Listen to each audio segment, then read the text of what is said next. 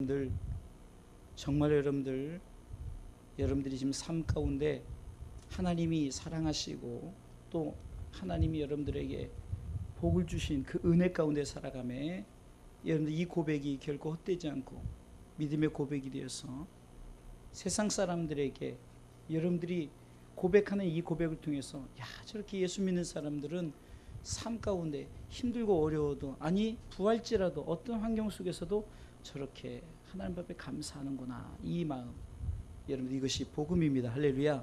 여러분들 가족들에게도 마찬가지입니다. 여러분들이 가족들에게 항상 죽겠다, 힘들다, 못 살겠다가 아니라 항상 행복하다, 그리고 가족들이 상황들이 힘들고 어렵더라도 사랑한다, 축복한다 그러면요, 여러분 삶이 바뀌고 환경이 바뀌어요. 할렐루야. 이것은 제 고백입니다. 제가 그렇게 우리 가족들에게 그렇게 하니까 가족들이 정말로 스스로 하나님 앞에 고백하고 믿음으로 살아가고자 하는 그런 모습들이 확실히 이것이 바로 복음이구나. 그래서 절대적으로 여러분들 영적인 제사장으로서 여러분들 가정 속에서 조금 화가 나도 힘들고 어려워도 우리가 항상 나는 행복합니다, 행복합니다, 이런 마음을 가지고 살아가시기를 주님의 이름으로 축원합니다. 오늘 말씀의 제목을 한번 볼까요? 시작. 지족하는 마음을 갖자. 다시 한번요. 시작. 지족하는 마음을 갖자. 아멘. 지족, 여러분들 자족은 자주 들어봤어도 지족은 조금 생소하죠. 그런데 이 지족이라는 의미는 분수를 지켜서 가진 것에 만족함을 갖고 만족할 줄 알고 살아가는 것이에요. 쉽게 얘기하면은 내게 주어진 것에 감사합니다 하고, 내게 주어진 환경 속에 감사합니다 하고 우리가 살아가는 것이 바로 지족하는 삶이요, 그런 마음을 갖는 것이 지족하는 마음이다. 원어적 의미에서는요, 이 땅의 행복과 불행을 초월한 마음의 평정을 누리는 상태예요. 그러니까 행복하든 불행하든 내 마음의 평정을 누리고 나는 행복하다, 나는 평안하다 하고 내가 그런 마음을 갖는 것이 지족하는 마음이에요. 본문에서의 의미는 재산의 많고 적음을 떠나서 자신에게 주어진 복이 충분하다고 생각하는 마음이에요. 그래서 오늘 이 지족하는 마음에 대해서 오늘 말씀을, 이런 마음을 갖자. 제가 요즘에 그런 마음을 갖고 또 여러분들에게도 그런 고백을 하기 때문에 제가 오늘 우리 성도들도 이와 같이 지족하는 마음을 갖고 살아가자 하는 마음을 가지고 제가 오늘 말씀을 여러분들과 함께 나누려고 합니다. 서론에 얘기했듯이 지족과 자족, 우리가 자족한다 하는 것은 어쩌면은 내가 스스로 내 환경 속에 만족하는 거예요.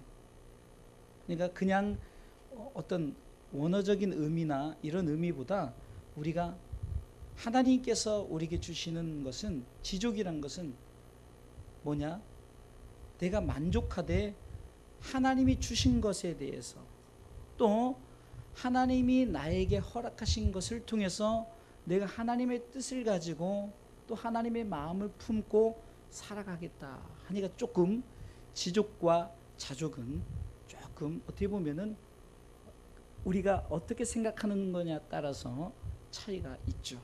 자족은 내가 스스로 만족한다, 그냥 내가 주어진 것에 만족한다. 그러나 자족은 그렇지만 지족은 내가 하나님께 마음을 두고, 그래서 오늘 지족하는 마음에 대해서 우리가 오늘 성경을 나눌 텐데 이 속에서 바로 이런 마음이구나라는 것을 우리가 생각하면서 오늘 본문의 말씀을 나누도록 하겠습니다. 첫 번째, 지족하는 마음을 갖자. 첫 번째는요, 주어진 삶에 만족한 삶을 살라라는 겁니다. 자, 8절 보겠습니다. 오늘 본문의 8절 말씀 다 같이 읽습니다. 우리가 먹을 것과 입을 것이 있은즉 족한 줄로 알 것이니라. 아멘. 자, 우리에게는요, 하나님께서 각자 주어진 삶이 있어요. 어떤 사람은 부유한 삶, 정말 풍족하죠, 넘치도록. 어떤 사람은 가난하고 연약하고 부족하고. 여러분들 다윗 왕으로서, 그러나 그가 왕에 서기까지는 양치기 소년이었던 사실을 아십니까? 그러나 그가 그 주어진 상황 속에서 최선을 다해서 만족하면서 내게 맡겨진 것에 충실히 그가 사명을 감당할 때 하나님께서는 그를 왕으로 세우셨어요. 왕으로 세울 때도 그는 어떻게 했냐면요, 7년 6개월은 저 헤브론 지방에서 그가 아주 작은 곳에서 섬기게 했어요. 그러나 7년 6개월이 지나니까 이제는 30년을 그가 이스라엘 온 땅을 다스리는 왕이 되지 않았습니까? 내게 주어진 것에 대해서 여러분들 만족하십시오. 내게 주어진 것에 감사하며 살아가시기를 주님의 이름으로 축원합니다. 하나님께서는 우리가 그런 마음을 가질 때, 아, 네가 지족하는 마음을 가졌구나라고 우리 가운데 말씀하시는 거예요. 우리에게 정말 뭐가 부족함이 있습니까? 사실은요, 부족함이 있는 것이 아니라 내가 욕심이 있어서, 내가 자꾸 뭔가 부족하기 때문에 내가 좀 더 가지려고 그러기 때문에 그렇다는 거예요. 그러나 내게 주어진 삶이 있다는 거예요. 이사야 선지자 같은 경우는 정말로 부유한 환경 속에서, 그 어떻게 보면 제사장의 반열 속에서 정말로 부족함이 없는 상황에서 사명을 감당을 했어요. 그러나 정말로 우리가 잘 알지도 못하는 선지자들, 오바댜라든가, 정말 그런들은 정말 없는 상황, 힘들고 어려운 상황, 가난하고 힘들. 여러분들, 솔로몬은 왕으로서의 혈통을 가졌지만, 그러나 그렇지 못한 다윗은 양치기로서의 그런 삶 속에서,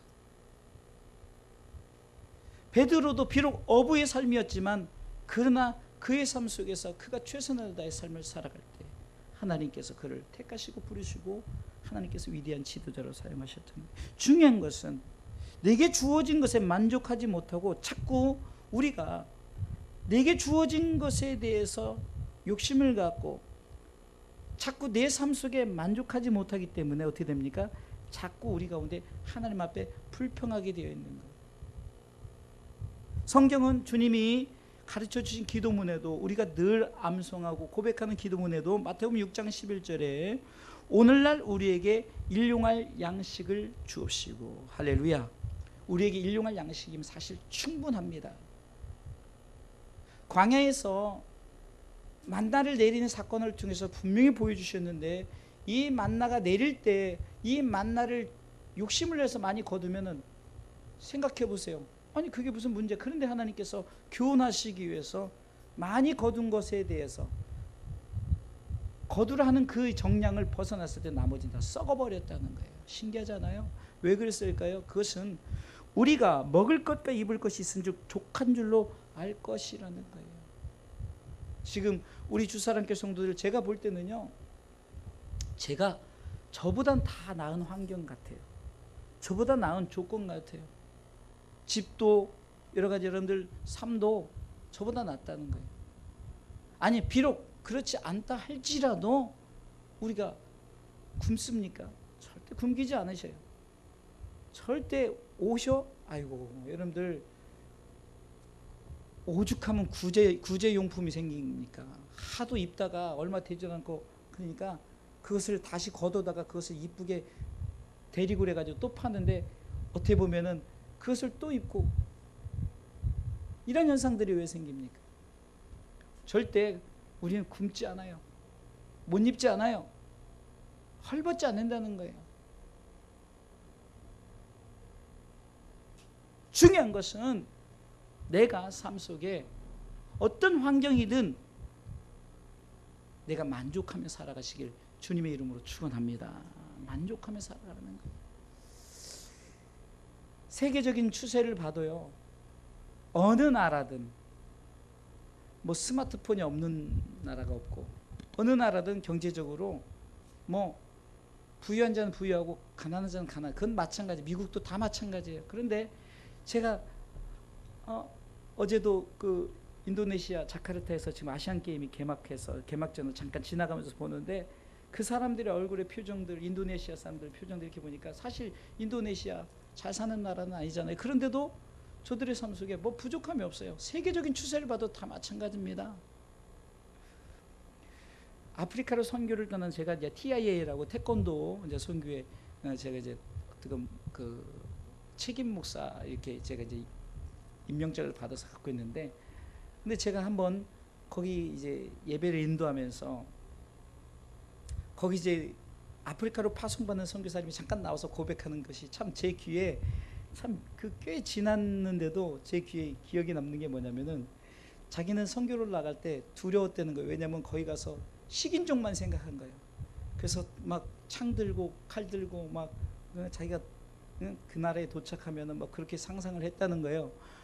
웬거를 갔더니요, 다 옷 다 입고 있고요, 다 막 치장하고 다 스마트폰 들고 다니면서 다 그러는데, 그러면서 자기가 그 고백을 하면서 자기가 괜히 걱정을 했더라 하는 이 말을 하는데, 여러분 세계적인 추세도 마찬가지입니다. 절대적으로 지금요 전체적으로 그런 문화나 삶이 상승되어 있어요. 전 세계 스마트폰이 보급이 되지 않은 나라가 없어요. 그 아는 나라가 있다면 북한 정도, 북한은 일부러 공개를 못하게 하니까. 왜요? 자꾸 그것을 통해서 서구 문명을 보게 되니까. 어찌됐든 간에 절대로 굶기지 않아요. 다윗은 그러기 때문에 이렇게 고백했습니다. 여호와는 나의 목자시니 내게 부족함이 없다. 여러분들, 이 고백이 그냥 고백이 아니에요. 다윗이 쫓겨다니면서 힘들고 어려운 상황 속에서의 고백이라는 게, 그것이 그래서 시편 23편의 1절이 이 고백이 위대한 고백이 되어지는 거예요. 사실은 부족함이 많아요. 그런데 부족함이 없대요.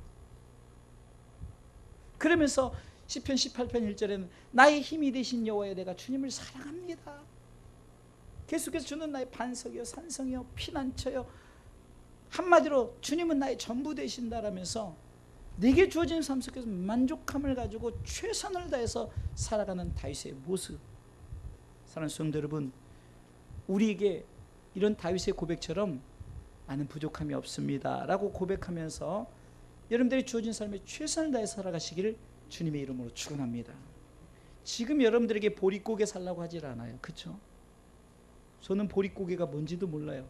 그러나 어르신들 알아요. 근데 여러분들 자꾸 보릿고개 안 좋은 거 얘기할 필요 없어요. 지금 얼마나 행복하게 삽니까? 얼마나 좋게. 이것을 가지고 감사하면서, 야 정말 옛날에는 이렇게 어렵게 사는데 하나님이 이 나라를 전 세계를 축복해 주셔서 이렇게 잘 살게 되었구나. 그렇게 주어진 삶에 만족하면서 먹을 것 입을 것에 족한 줄 알고 불평하지 마시고 감사함으로 할렐루야, 기쁨으로 할렐루야. 우리 성도들 이렇게 볼 때 참으로 우리 주사님께 연약해요. 아까도 기도했지만 저도 부족하고 우리 교육자들도 부족하고 우리 성도들도 부족해요. 그래요. 부족해요. 부족해서 뭐 우리가 뭐 부족함이 없나요? 우리는 연약하지만, 그러나 우리가 어떤 상황 속에서 우리가 감사하는 마음을 가지고 살면요, 성도들을 볼 때도, 우리 서로를 볼 때도, 야 우리 목사님이 최고다, 우리 선교사님이 최고다, 우리 성도들이 최고다. 우리 성도들이 이렇게 서로 간에 고백하면서 그러게 우리 주사랑교회 최고다 할렐루야. 저는 우리 교회 예배드리면 지금도 이 모습, 숫자는 적어요. 그러나 숫자와 상관없이 제가 지난주에 고백을 했잖아요. 그래서 제가 만나는 사람마다 그 고백을 하는 거예요. 뭡니까? 나는 작은 목회를 하는 것이 아니다. 우리 주사랑교회 성도들의 가족들을 해서 보니까 최소한 내가 한 150명 목회를 하고 있는 거예요.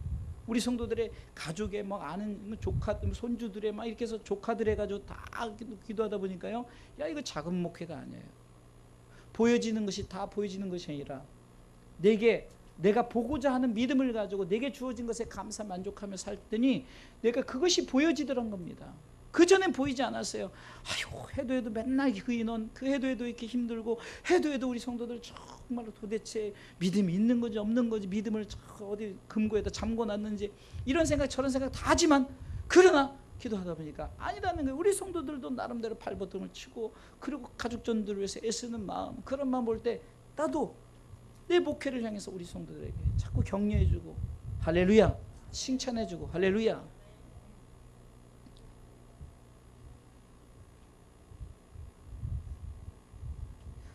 잠언서 30장 8절에는요, 아굴이라는 사람이 기도를 하는데 그 기도의 부분 중에 나로 가난하게도 마옵시고 부하게도 마옵시고 오직 필요한 양식으로 내게 먹여달라. 여러분들 왜 그랬을까요? 그 구절에 보면 내가 배불러서 하나님을 모른다 할까, 내가 가난해서 남들께 도적질하고 하나님의 이름 곧 하나님의 영광을 나타내지 못할까 하는 그런 마음, 이것이 바로 지족이라는 거예요. 자족은 스스로 만족하는 거예요. 나 이 정도면 됐다, 나는 이렇게 해서 산다, 그렇게 하지만 지족은 하나님의 마음을 품고 하나님께서 내게 주신 것에 대해서 내가 정말로 내게 주신 이것이 감사하구나, 내게 주어진 이것이 하나님이 이렇게 허락하신 것에 대해서 자꾸 나보다 나은 사람 보기보다는 어떻게 보면 나보다 부족한 사람, 나보다 없는 사람 얼마나 많아요. 저는요 차를 타지만 벤츠 타고 다니는 사람 부러우기보다도요, 아니 나는 차 타고 다니는데 차 없이 11번 버스, 11번 버스가 뭐예요? 두 다리가 11번이잖아요 11번, 11번 버스 보행하시면 다시면 얼마나, 일부러 뭐 보행하는 분들 말고, 건강 때문에 그런 분들 말고 정말 차가 없고 불편하고 힘들고 어려운, 이게 뭡니까? 내게 주어진 것에 만족하면서, 목회도 마찬가지예요. 특별히 여러분들 가정도 마찬가지입니다. 가정에 대해서 불평하지 마세요. 불만하지 마세요. 저는 우리 가족들에게 그래도 감사한 게 뭐냐면은, 여러분 사택 들어가 보셔서 알잖아요. 그러나 그 사택에서도 그냥, 옛날에요 제가 처음 목회를 했을 때, 아니 지금 사택은 나아요. 옛날 처음 목회지 사택은 어땠습니까? 옥탑에 방 하나 만들어 놨는데 겨울에는 얼마나 춥고 여름에는 얼마나 더운지, 그거 생각하면 지금은요 세상 말로 할아버지. 근데 그때도요, 아니 아이들이 왜 좋은 집 놔두고, 우리 애들이 전도에 오면 애들이 막 바글바글 했잖아요. 오죽하면 우리 성도들이, 목사님은 애들만 신경 써 막 이러는데, 아니 애들만 온 걸 저보고 어떻게 하라고요. 좀 어른들 전도 좀 해오시게 됐어요. 어찌됐든 간에 그 아이들이, 여러분들 아시잖아요. 아니 집에는 안 가고 왜 교회에서 자래. 오죽하면은 그 엄청난 큰 방석을 40개를 샀어요. 그래서 바닥을 아예 방으로 만들어 버리고 애들이 교회에서 자니까, 야 제발 좀 집에 가 좀 자라. 그래도 교회가 좋다고 교회에서 자고. 돌이켜보면은 하나님께서 우리 주사님께 얼마나 축복해 줬는지. 정말 여러분들 내게 주어진 일용할 것, 이것에 감사하면서, 우리 주님도 일용한 것에 감사하면서 살아라. 이 아굴도 나를 가난하게도 마옵시고 부하게도 마옵시고 오직 필요한 양식으로 내게 먹여달라. 할렐루야. 그러기에 자족을 넘어 지족하십시오. 스스로 만족하기보다 하나님 주신 것에 감사하면서 만족하시란 말이에요. 따라서 하십시오. 자족을 넘어 지족합시다. 조금 어려운 것 같지만 내 스스로 만족하는 것보다 하나님의 마음을 가지고 하나님께 주신 것에 대해 감사. 그러니까 조금 수준이 영적인 업그레이드가 되는 거죠. 우리 성도들이 그냥 자족보다는 지족하십시오. 그래서 스스로 만족하기보다는 하나님이 주신 것에 감사하시면서, 할렐루야, 감사하시면서, 나는 행복하다, 나는 축복의 사람이다, 이 고백하며 살아가시길 주님의 이름으로 축원합니다. 두 번째는요, 부를 쫓지 마시고 하나님의 뜻을 쫓으십시오. 9절을 보겠습니다. 9절 읽어보겠습니다. 9절 읽습니다. 부하려 하는 자들은 시험과 올무와 여러 가지 어리석고 해로운 정욕에 떨어지느니 그 사람으로 침륜과 멸망에 빠지게 하는 것이라. 이 말은요, 불을 쫓다 보니까 시험에 빠져버린다는 거예요. 불을 쫓다 보니까 마귀가 계속 불을 주는 거예요. 그러다 보니까 하나님과 멀어지는 거예요. 또 하나님과의 관계가 깨어져 버리는 거예요. 그러니까 하나님의 뜻을 저버리게 되는 거예요. 여러분들 전 세계적으로 잘 삽니다. 그러다 보니까 어떤 현상이 일어납니까? 미국 같은 나라도 너무 살기 좋고 그러다 보니까 천국이 꼭 미국 같다는 거예요. 천국이 필요 없다는 거죠. 마귀가 그렇게 한 거예요. 왜? 처음에는 그렇게 안 했었는데 왜 그렇게 하느냐? 방법을, 작전을 바꿔버린 거예요. 고난을 줬더니 이것들이 더 막 그리스도인들이 더 힘나고 막 기도하고 더러는. 근데 바꿔서 축복을 주고 안락을 주고 평안을 주니까 그제서야 이제 저들이 여기가 좋사오냐면서 천국을 사모하기보다는 이 땅을 사모하는 거예요. 불을 쫓다 보니까 시험에 들고 올무에 빠지고 침륜, 패망, 멸망당하는 거예요. 사랑하는 성도 여러분, 불을 쫓지 말고 하나님의 뜻을 쫓으시길 주님의 이름으로 축원합니다. 할렐루야. 야고보서 1장 15절에 보니까 욕심이 잉태한 즉 죄를 낳고 죄가 장성한 즉 사망을 낳는다. 제가 이 말씀을 계속 이렇게 봤어요. 그랬더니 이 말씀 속에서 무엇이냐면, 여러분들 여기서 사망은 지옥 가는 것을 말하는 거예요. 다시 말해서 내가 자꾸 하나님 주신 것에 만족하지 않고 어떻게 합니까? 자꾸 욕심을 내는 거예요. 부를 쫓아가는 거예요. 영광을 쫓아가는 거예요. 그러니까 하나님의 뜻을 생각하기보다는 자꾸 내가 내 삶을 쫓아서 내가 뭔가 잘 되고 내가 뭔가 하려고, 심지어는 교회가, 주의 종들이 내가 복음이 돼버리는 거예요. 불을 쫓다 보니까, 교회가 불을 쫓다 보니까, 주의 종들이 불을 쫓다 보니까 은퇴할 때 자꾸 어떻게 돈을 더 받으려고 막 여러 가지 문제로 자기 자신의 욕심 때문에 심지어는 교회를 반동강 내버리고, 이런 일들이 비일비재하잖아요. 지금 불을 쫓다 보니까 시험 당하고 올무에 걸리고 넘어지게 되는 거예요. 욕심이 잉태한 즉 죄를 낳는 거예요. 죄가 뭡니까? 하나님과 멀어지는 거예요. 천국과 멀어지는 거예요. 그러다 보니까 나도 모르게 내 속에 죄가 막 자라기 시작해요. 죄가 자라요. 그게 결국은 사망에 이른다는 거예요.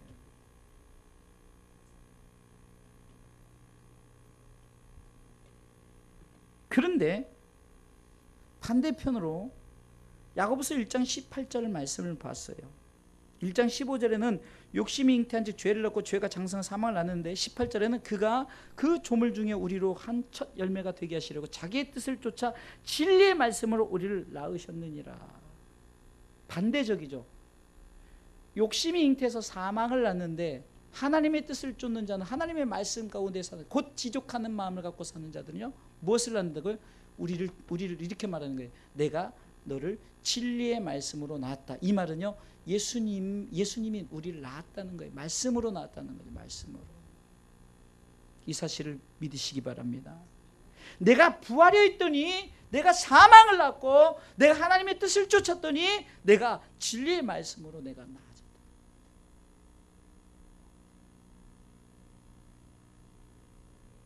저는 우리 주사랑교회 성도들, 특별히 여러분들의 가족들이 불을 쫓지 말고 평안을 쫓았으면 좋겠어요. 서로 막 돈 벌고 뭐 이런다고 그냥 일에 얽매이고 뭐 자꾸 가족들 얼굴 보기도 힘들고. 제가 요즘에 가족 프로젝트로 하는 게 뭐냐면요, 자주 밥 먹자. 가족들끼리 자주, 비싼 거 아니어도 괜찮아요. 자주 밥 먹자. 그리고 가까운 곳이라도 가족여행을 갔으면 가능하면 가자. 왜 그럴까 생각했더니 주어진 삶에 뭘 자꾸 쌓아놓으려고만 하냐고요. 우리 자녀들이 그냥 아르바이트 받은 가지고 움켜쥐지 않고, 정말 제가 이번에 우리 그 가족여행을 이렇게 가면서 우리 아들이 그 휴게소에서 내가 맨날 돈 냈었는데 우리 아들이 아빠 제가 살게요 이 말이 저는 되게 감동이 됐어요. 움켜쥐지 않고 자꾸, 그리고 조카들 뭐 사주려고 하고 또 나누려고 하고, 남매 간에도 서로 나누려고 하고. 그래서 제가 우리 가족이 먼저 본이 되지 않으면 안 되겠다. 우리 가족이 본이 돼야 되겠다. 그럼 우리 가족이 그렇게 되고 우리 성도들도 그렇게 되고, 그럼 여러분들 평안이 좋지 않습니까? 각자 돈 번다고 막 자기 일만 열심히 하고, 부하면 뭐합니까? 큰아들이 부한다고 맨날 바빠요. 집도 못 오고 맨날 막 승진하고 막 좋아요. 작은 아들도 막 이쪽 저쪽 뭐 출장 다니고 막 그래요. 가족이 그냥 집에서 공허해요. 엄마 아빠는 공허해요. 엄마 아빠가 돈 벌 때는 괜찮아요. 근데 이제 연로하시고 그러면요, 이제는 그런 공간도 없고 그런 환경도 없고, 이것보다는 차라리 평안하게 낫죠. 그냥 가족들이 서로 안 밥 먹고 서로 좀. 그래서 우리 성도들이 그렇게 돼야만이 우리가 복음을 전할 수 있어요. 그러니까 여러분들이 가족을 위해서 기도할 때 불을 쫓기를 위해서 기도하게 되면 하나님의 뜻을 쫓기 위해서 기도하란 말이에요. 할렐루야. 여러분들이 목사님 우리 아들 잘 되게 해주세요 그러면요, 저는 그것을 이렇게 받아들일 거예요. 아, 영혼이 잘 되게 하라는 거구나. 정말 무엇보다도 욕심내지 말고 이렇게 받아들일 거란 말이에요. 왜? 성경이 그렇게가 진짜 축복이거든요. 내가 만약에 자꾸 세상 일에만 잘 되게 축복한다면 잘못된 싹군 목자가 될 수 있어요. 그렇게 해서 점점 가족 간에 서로 대화도 없고 자꾸 그렇다면, 그거보다도 제가 왜 여러분들 수요예배 금요예배 나오라고 하는지 아세요? 여러분들과 대화하려고. 대화거든요. 예배를 통해서 여러분들 성도들 만나 대화해요. 그만큼 가까워질. 이번에 새로운 집사님이 불과 얼마 되지 않았지만 몇 년 된 것 같아요. 왜? 예배 때마다 만나서 항상 20분 전에 오셔가지고 앉으셔서 항상 제가 차량 운행하고 오면 맞아드려요.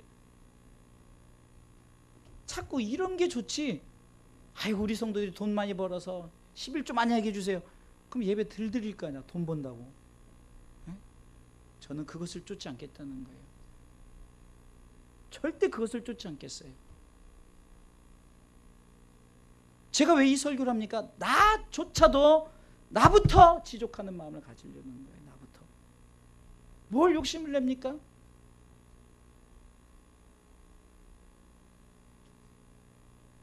여러분들 제가 이거 지금 이거 했잖아요.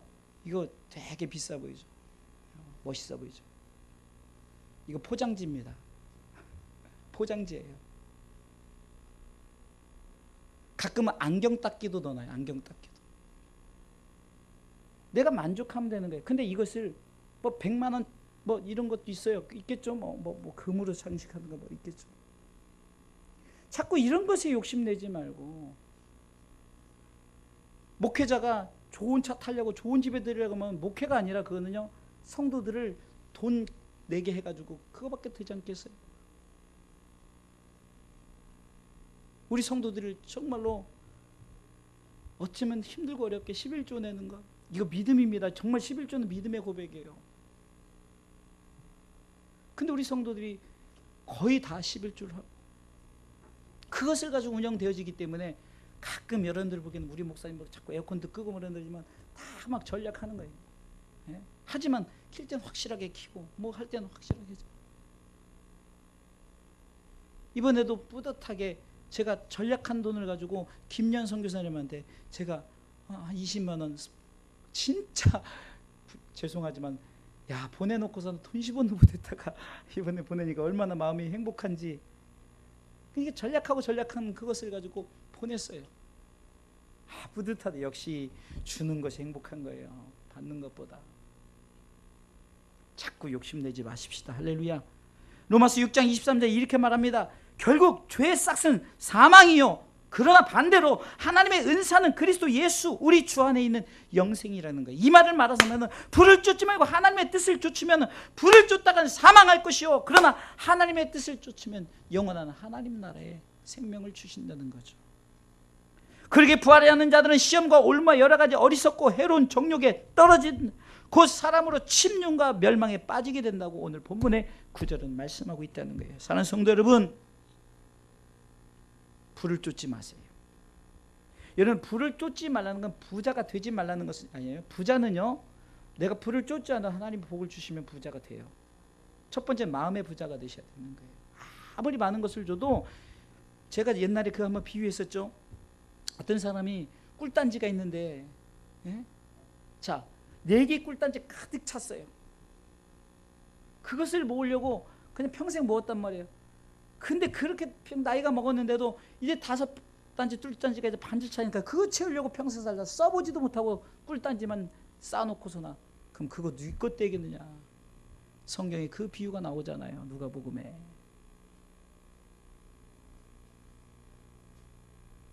우리 성도들, 특히 연로하신 분들,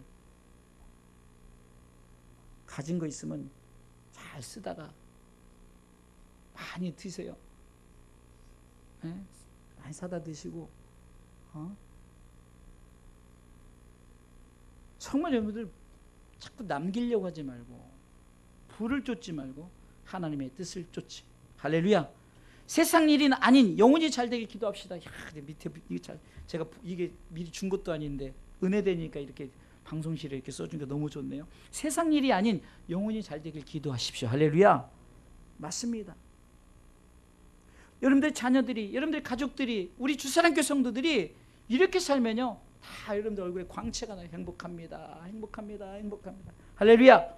세 번째, 이 지족하는 마음은요 구체적으로 하나를 딱 찝는데 돈을 사랑하지 말고 소망을 함께 두라. 10절 말씀 보겠습니다. 10절 읽습니다. 돈을 사랑함이 일만하게 뿌리가 되나니 이것을 사모하는 자들이 미혹을 받아 믿음에서 떠나 많은 근심으로 자기를 찔렸도다. 돈을 사랑하지 말고 하나님께 소망을 두세요. 이게 바로 지족하는 마음을 가집니다. 17절 보겠습니다. 17절 읽습니다. 네가 이 세대의 부한자들을 명하여 마음을 높이지 말고 정함이 없는 재물에 소망을 두지 말고, 재망이 없는 재물에, 그러니까 정함이 없는 재물에 소망을 두지 말라는 것은 하나님께 소망을 두라는 거죠. 오직 우리에게 모든 것을 후히 주사 누리게 하시는 하나님께 소망을 두라. 할렐루야. 비교적이죠. 돈을 사랑하는 자가 있고 하나님을 사랑하는 자가 있어요. 그렇죠? 하나님께 소망을 둔다는 것은 하나님을 사랑하는, 이게 돈을 사랑하지 말고 하나님을 사랑하라. 하나님께 소망을 두라는 거죠. 하나님이 싫어하는 것이 뭘까요? 그것은 나 외에 다른 신들을 갖는 거죠.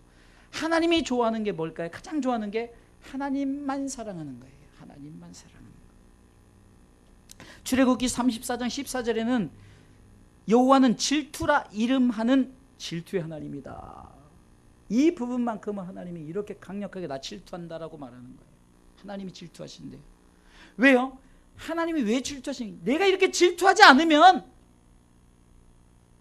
나를 사랑하지 않고 세상을 사랑하면은, 대만은 세상을 사랑해서 세상을 향해서 갔어요. 하나님이 이것에 질투하는 이유는 여러분들 너무 사랑하기 때문에, 여러분들 끝까지 하나님이 만든 그 나라에 여러분들 들이시고자 하나님 그 질투까지 하면서 절대 나 외에 다른 신을 두지 말라. 출애굽기 20장 3절로 6절에 보면은 바로 1계명과 2계명에 대해서 얘기하는 거죠. 다윗의 범죄를 봅시다. 밧세바를 취했을 때 그가 간음을 했죠. 왜 그래서 하나님 왜 싫었을까? 전에도 말씀드렸죠. 그 당시 상황, 왕은 여러 여자를 취할 수 있어. 아무 문제가 되지 않아요. 근데 하나님 입장에서 보면 나보다, 하나님보다 그 여인을 사랑했다는 거예요. 솔로몬의 범죄 보세요. 하나님보다 그가 후궁들, 그 후궁들이 가져온 우상들 자연스럽게 자기도 모르게 빠져들어갔어요. 돈을 사랑했더니 그렇게 했던 것처럼 이렇게 하나님이 사랑하는 게, 돈이라 딱 집었지만 하나님을 사랑하는 것에 소망을 둔 것이 아니라 자꾸 세상적인 것에 소망을 뒀다는 거예요. 이 시대의 성도들의 범죄는요, 무엇보다도 우리가 자범죄 짓는 이런 것보다 영적인 범죄가 뭡니까? 하나님보다 세상을 사랑하는 거예요. 오늘 대표적으로 돈을 얘기했죠. 물질에도 얘기했지만 자녀들도 마찬가지입니다.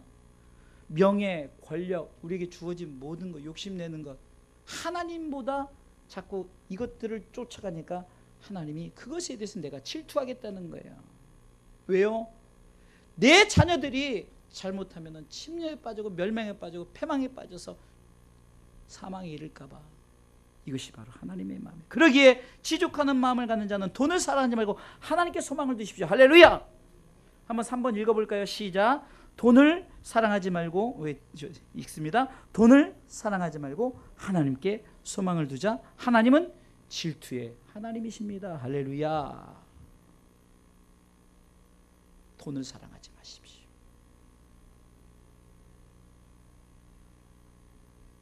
여러분들, 돈을 사랑하지 말라는 것은 돈을 누리지 말라는 건 아니에요. 잘 보세요. 사랑하지 말라는 것은 돈의 노예가 되지 말라는 거예요. 쉽게 얘기하면은 돈이 내게 오게끔 돈을 누리세요. 돈을 쫓아가지 마시고요. 돈을 쫓아가다 보니까 돌아버리는 거예요. 사람도 죽이는 거예요. 부모 애비도 없는 거예요. 돈이 그렇게 만드는 거예요.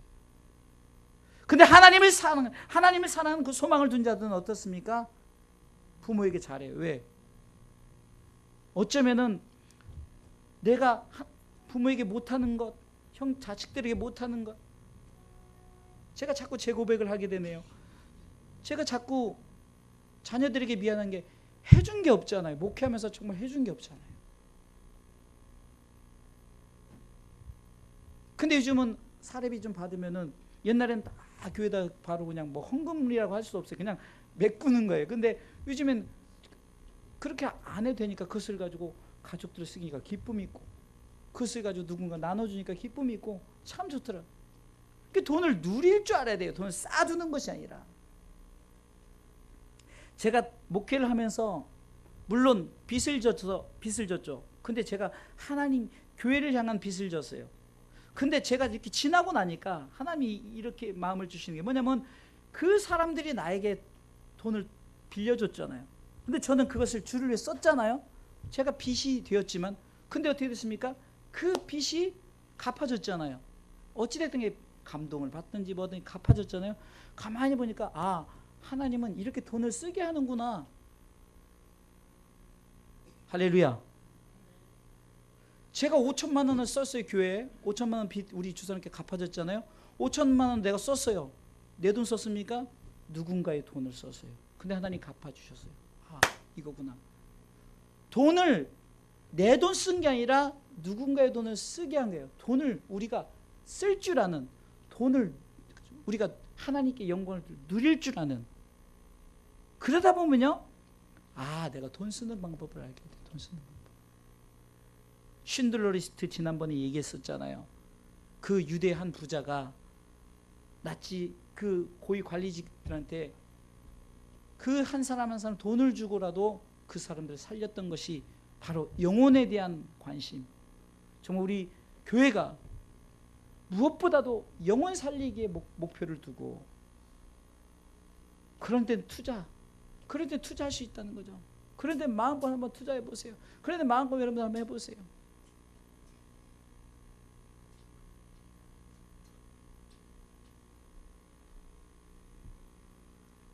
하나님께서 우리 가운데 지족하는 마음을 주셨던 것은 바로 그겁니다.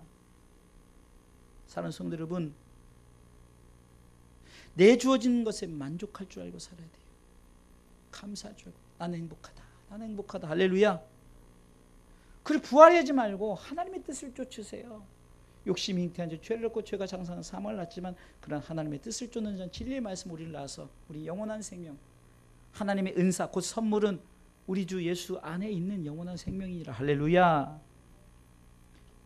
또한 돈을 사랑해. 이 돈이라는 것을 구체했지만 하나님 외에 사랑하지 말고 오직 하나님만 사랑하는 거죠. 돈을 사랑하지 말고 하나님께 소망을 두어 하나님 질투의 하나님이시라. 결론적으로 말씀을 드리겠습니다. 잠언서 4장 23절은 이렇게 말씀하고 있습니다. 무릇 지킬 만한 것보다 더욱 네 마음을 지키라. 마음을 지키게 하세요. 마음을 지키세요. 자꾸 내가 내 주어진 삶에 감사하지 않거든. 내 마음을 지키세요. 아, 내가 주어진 것에 감사해야지. 주어진 것에 내가 감사해야지. 내 주어진, 야, 나는 남들보다 그래도 차도 타고 다니고 나는 내 자식이 이렇게 그래도 밥이라도 한번 사주고 내가 이런 집에서 살고 내가 이런 안락한 여러분들 다 없어도 우리나라 얼마나 이 노인들에게 또한 장애인들에게 혜택이 많아요. 다 공짜예요. 공짜. 병원 가도 뭐 100원 낸다며요. 100원인가 뭐 10원인가 100원인가 된다며. 이게 다 뭡니까? 다 책임져 주시는 거예요. 마음만 지키세요. 내 마음만. 뭘 자살할 일이 뭐가 있어요. 다 국가에서도 책임져 주고. 그런데 우리는 그렇게 홀로 있는 뭐 부모 없어요. 우리 주사람께는 다 자식들이 그래도 여러분들 다 효하고 있어요. 같이 사는 것 자체가 효도하는 거예요. 예수까지 믿으면 얼마나 좋을까. 하지만 어찌됐든 간에 자꾸 내가 부하려는 마음을 가지세요. 그러면 마음을 지키세요. 내가 부하려는 것보다 하나님의 뜻을 쫓고, 자꾸 돈을 사랑하고 자녀를 사랑하고 막 이것에 너무 치우쳐요. 그러다 보면 자녀를 사랑하니까 주일날 그냥 놀러 가는 거 힘쓰고 이게 낫겠지. 주일날 공부하라 하면서 자녀를 그게 사랑하는 게 아니에요.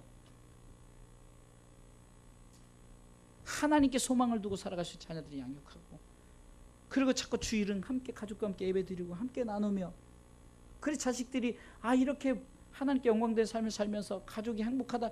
절대 성경은요 가족과 함께요. 가족이 중심이에요. 성경 보세요. 다 가족이 중심인 거예요. 가족을 떠나서 예수 열심히 믿는다 바람직하지 못해요. 마음을 지키시는 거예요. 그러면서 이렇게 말하지 않습니까? 생명의 근원이 마음에서 시작된다는 거예요. 이걸 좀 더 구체적으로 영적으로 비유하다 보면, 내가 이렇게 마음을 지키며 신앙생활하는 게 이 생명의 근원이 지옥 가지 않고 이 생명이 영원한 생명 하나님의 나라로 우리를 이끌어가는 거예요. 할렐루야. 신명기 6장 4절 5절에 이스라엘아 들으라. 우리 하나님 여호와는 오직 하나신 여호와시니 너는 마음을 다하고 성품을 다하고 힘을 다하여 내 하나님 여호와를 마음을 다하라는 거예요. 마음을 지키세요. 내 마음을 지키라는 거예요. 지족하는 마음을 가지려고 애를 쓰란 말이에요. 마태복음 22장 37절로 40절에는요 한마디로 말 하나님을 사랑하라, 이웃을 사랑하라. 그런데 조건이 있어요. 마음을 다하고 뜻을 다해서, 마음을 다해서 마음을 지키세요. 그러기 진정한 지족은 내 마음을 다하고 뜻을 다하고 하나님의 뜻대로 주어진 내 삶에 감사와 행복한 마음으로 최선을 다해 삶을 살아가는 마음이 지족한 마음이라는 거예요. 사랑하는 성도 여러분, 자족을 넘어 지족합시다. 이것이 바로 구원받은 자의 삶의 자세입니다. 그리스도인들의 자세라는 거예요. 약육강식이 기독교인이 있어서는 안 돼요. 강한 자가 약한 자를 잡아먹어요? 아니에요. 강한 자는 약한 자를 도우라는 거예요. 그래서 우리도 부족하지만 제가 말씀드렸죠. 우리 주사람께 재정이 좀 여유가 되면 돕겠다는 거예요. 돕겠다는 거예요. 문제가 될 거 하나도 없어요. 아직까지 저나 우리 부교육자들 사례비 안 받아도 먹고 사는데 지장 없어요. 그러니까 그거 쓰고 도우면은 사례비 들어갈 거에 줬다고 생각하면은 성도들은 선교한 거고, 그 부교육자들은 내가 받아야 될 사례 그 몫을 선교했다고 생각하면은, 물론 환경이 되면 우리가 해야죠. 근데 그거 없어도 제가 그래요. 주어진 것을 자꾸 뭘 쌓으려고 하지 마시고 나누시고 지족하는 마음으로 살아가시길 주님의 이름으로 축원합니다.